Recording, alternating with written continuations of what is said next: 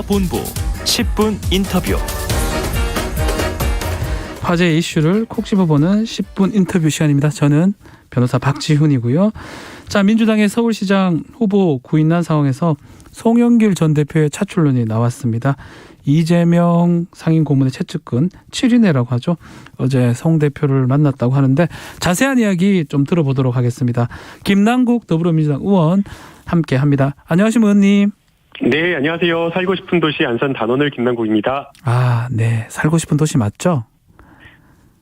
네, 네. 너무나 살기 좋고요. 공원이 많아서 이렇게 점심 먹고 네. 봄날 오후에 나들이 하기 정말 좋습니다. 알겠습니다. 자, 바로 본격적인 질문 좀 드리겠습니다. 어제 정성호 의원하고 함께 송영길 전 대표 영천에, 경북 영천에 갔던 것 같아요. 건강은 네, 좀 맞습니다. 괜찮던가요? 어떻던가요? 건강은 크게 문제가 없다라고 하고 계시고요. 네. 근데 선거일 직전 무렵에 머리를 이제 크게 좀 다치신 그런 상황이기 때문에 그렇죠. 예, 여러 가지 후유증이 있는지를 좀 잘 살펴봐야 된다라고 하는 시기라고 합니다. 지금 현재로서는 문제는 없지만 그래도 조금 주의가 필요한 것 같습니다. 이게 보도에 따르면 좀 지방선거에 헌신해달라 이 두 의원님께서 말씀하셨던 것 같은데 뛰어라 이런 뜻이죠? 직접 뛰어라. 네, 저희가 선거 때문에 내려간 것은 아니었고요. 예, 대선 기간에 피습당하고서도 붕대 투혼을 보여주시고 그리고 또 다리가 정말 다리에 큰 수술 입원해가지고 큰 수술을 했는데도 불구하고 휠체어 타고 목발 짚고 이렇게 정말 헌신적으로 선거운동을 해주신 그런 부분에 대해서 고생하셨다라는 그 말씀을 드리기 위해서 잠깐 찾아뵙던 거였고요. 네. 네, 그러면서 이제 여러 가지 현안에 대한 이야기, 또 현안에 대한 이야기를 하다 보니까 얼마 있지 않을 선거에 대한 이야기도 하게 되었습니다. 그래서 이제 자연스럽게 이야기하는 과정에서 몇 가지를 이야기한 거였고요. 이제 결론은 이번 지방선거가 매우 쉽지 않은 그런 상황이기 때문에 네. 서울시장 선거 정말 죽을 각오로 누군가는 뛰어야 되는데 책임감 있게 선당 후사 정신으로 희생할 수 있는 그런 모습을 좀 보여줘야 된다라는 그런 취지의 말씀을 좀 드렸었습니다. 그래서 한다고 하던가요? 송 대표님께서? 한다라는 그런 말씀은 없으셨고요. 예. 이제 주로 듣기만 하고 있었는데 국민의 마음을 헤아리고 받아들일 수 있도록 힘을 함께 모아야 된다라는 그런 부분에 좀 공감을 해주셨습니다. 네. 제가 그 인터뷰 보니까 내가 아니라 당이 나서야 된다 이런 식으로 송 전 대표가 말했던 것 같아요. 이게 어떻게 해석을 해야 됩니까? 당이 추대를 해줘야 된다? 아니면 어떤 얘기로 출마 명분이 필요하다? 어떻게 해석을 해야 됩니까? 해석이 필요한 부분이라고 생각이 되는데요. 아마 그 송영길 대표님 말씀도 나뿐만 아니라 당에서는 여러 카드를 놓고 고민을 하는 것이기 때문에 당이 결정할 사안이다라는 그 월요일 인터뷰 맥락인 것 같습니다. 당이 결정하는 게 좋다.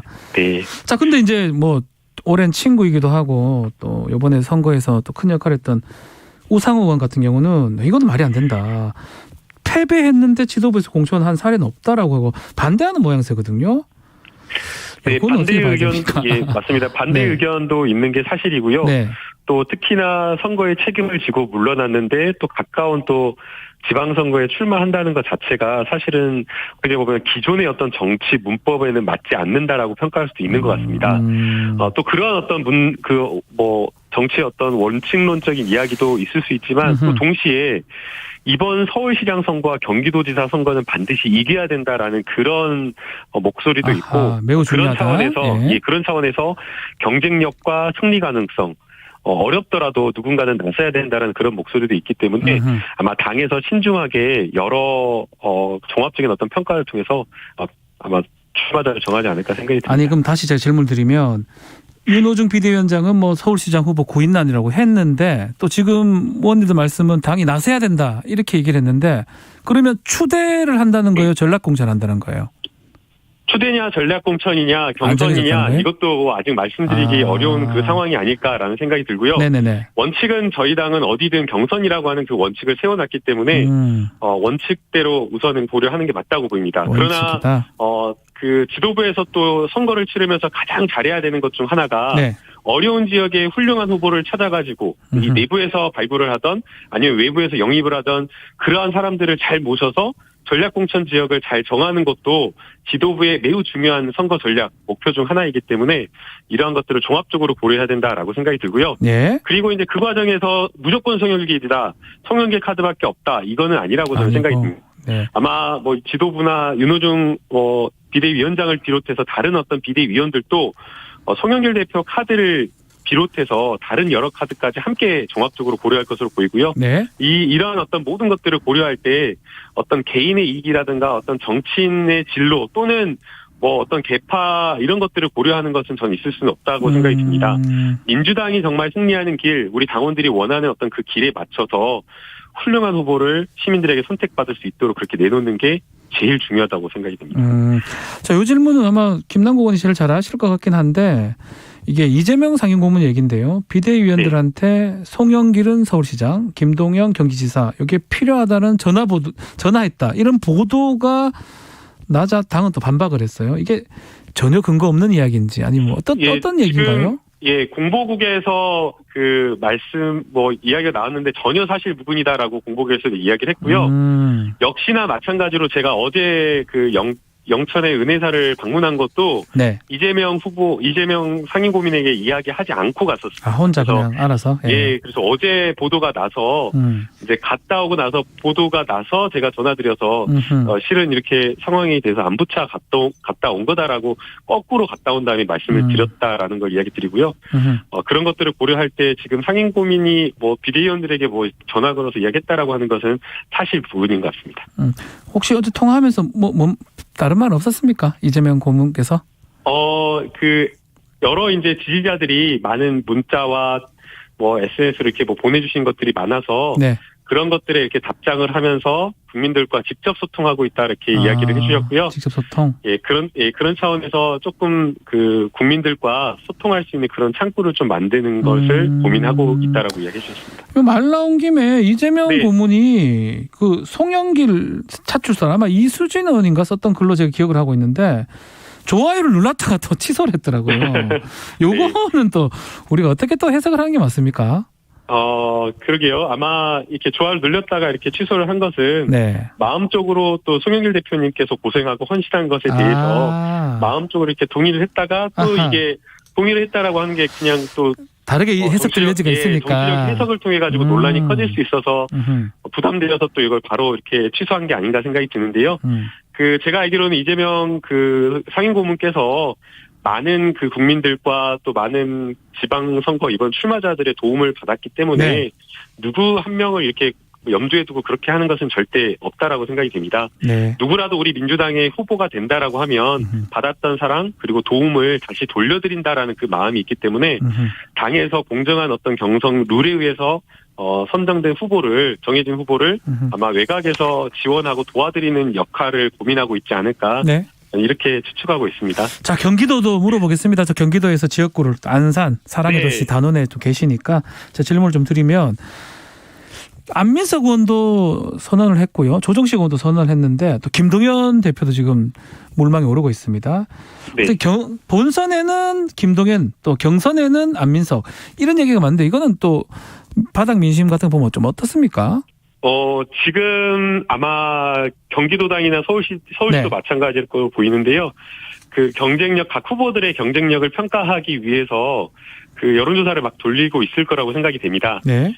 그러나 이제, 기본적으로 누구로 선택해지는가 이런 것들을, 저는 개인적으로는 정치인들 몇몇이 이렇게, 막 머리 싸매고 이렇게 하는 것은 맞지 않다라고 생각이 됩니다. 정치라고 하는 것은 정치인들 몇 명이 하는 게 아니라 결국 국민에 의한 의사 그리고 집단 지성에 의한 의사에 의하기 때문에 시민들과 국민들에게 물어보는 게 맞다라고 생각이 되고요. 그러한 어떤 절차가 공천 이 룰에 들어가 있기 때문에 그런 어떤 공정한 심사와 룰에 의해서 하는 게 필요할 것 같습니다. 네, 원론적인 또 말씀을 네. 주셨습니다.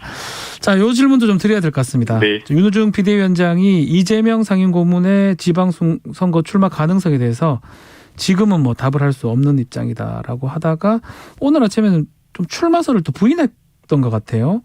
어떻게 좀 봐야 됩니까? 또 이재명 또 상임 고문 의사는 이게 반영된 건지 어떤지 궁금하네요. 일부에서 뭐 상임 고문이 지방선거에 출마해야 되는 거 아니냐 네. 이렇게 이야기가 나오고 있는 것으로 알고 있는데요. 그러나 전혀 저는 고려사항이 아니라고 저는 생각이 듭니다. 경기지사 얘기도 나오던데요. 전혀 아니라고 그건 저는 전혀 생각이 아닙니까? 들고요. 예, 고민도 하지 않고 있을 거라고 생각이 일도 듭니다. 아니다. 예, 지금 대선에서 이렇게 패배하고 이렇게 좀 칩거하고 다숙하고 있는 그런 조용히 있는 그런 시간인데 네. 또 이제 바로 지방선거에 출마한다 이렇게 말하는 것은 좀 맞지가 않고요. 또 더 나아가서 아무리 후보자가 없다고 하더라도 대선 후보자를 다시 지방선거에 출마시키는 것은 국민들이 원하지 않을 것이기 때문에 그 카드는 전혀 고려할 만한 가치가 없는 카드라고 저는 생각이 듭니다. 그러면 지방선거에서 출마 안 하더라도 역할론은 어떻게 보십니까? 어떤 역할이라도 해야 된다. 아까 제가 말씀드린 네. 대로 그거는 너무나 필요하다라고 그건 보이고요. 필요하다. 예. 네, 그 역할이라고 하는 것은 뭐 여러 가지 것들이 있을 수 있겠지만 결국에는 선거 출마자들 당선시킬 수 있도록 유세하고 유세 선거 돕고 또 여러 가지 지원하는 것들이 저는 너무나 중요하다고 생각이 됩니다.